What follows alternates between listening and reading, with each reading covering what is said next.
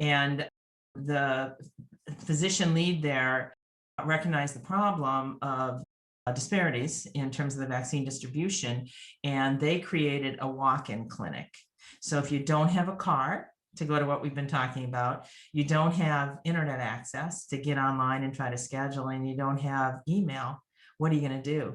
So I just thought that that article was a great example of community-based efforts to address disparities and get vaccines into communities where it is harder to get to them.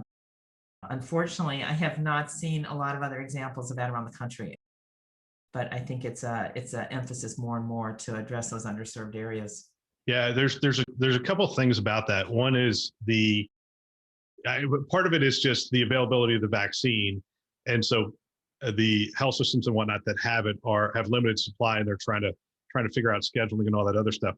And so it's one of those that if you're not making a conscious effort, and they should be, but if they're not making a conscious effort to say, hey, what about the people who don't have cars? What about the people who don't have computers? What about the people in our community that are homebound and those kind of things? If you're not bringing that to front and center, that has to be a concerted effort. That's one thing I would say.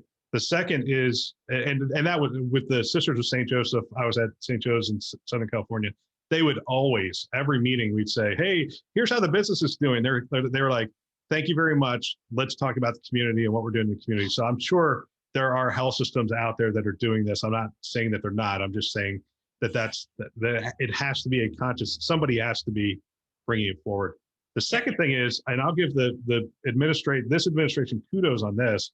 I've been talking to a source. I'm not going to reveal my source, but I've been talking to a source who is pretty closely linked to some of the activities that are going on within the government. And this is what they're using FEMA for. They're starting to look at, okay, where can we put these pop-up sites, I guess, to administer the vaccine? At first, I was a little critical of this. I'm like, look, just get the vaccine out to CVS, Walmart, Walgreens, and it'll be out there. But they are specifically targeting some areas where you have these underserved communities. And that is going to be and that's a great way to deploy those resources. But that is also going to be, look, we have, I don't know if you saw the stats. I shared some of the stats. 50% of the population is now in the get me in line. As soon as you can get me in line, get me in line. Yeah, I heard that. Yeah. So 20% are still wait and see. Let's make sure that nothing adverse happens. But then there's this 30%.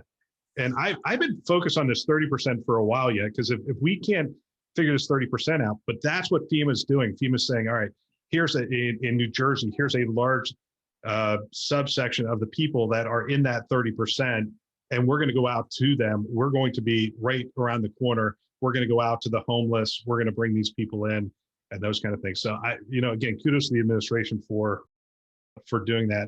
I don't think it's widespread. I think there's only 4 states that they're looking at right now. I think it's Jersey, New York, Texas, and California, but I'm sure that'll expand. Yeah. Well, and some states started with that focus. West Virginia was for a while the state that had I never know how to describe this, but it's doses in arms as a percentage of doses distributed, right? And they were way up in the high 80s. 80%. My state is in the 60s. West Virginia, I've heard the governor on a couple, quick news interviews, and he talked about we had to go to the people, not the people come to us. So they figured out in rural West Virginia how to get it out. I know that in Rhode Island, it's kind of a double-edged sword. To have a really intentional approach and they seem to have substratified a lot of specific groups that should be getting it now, along with 75-year-olds and over. They haven't gone below 75. And it's possible that really intentional approach has also caused them to not have as many doses administered out of what they've been distributed.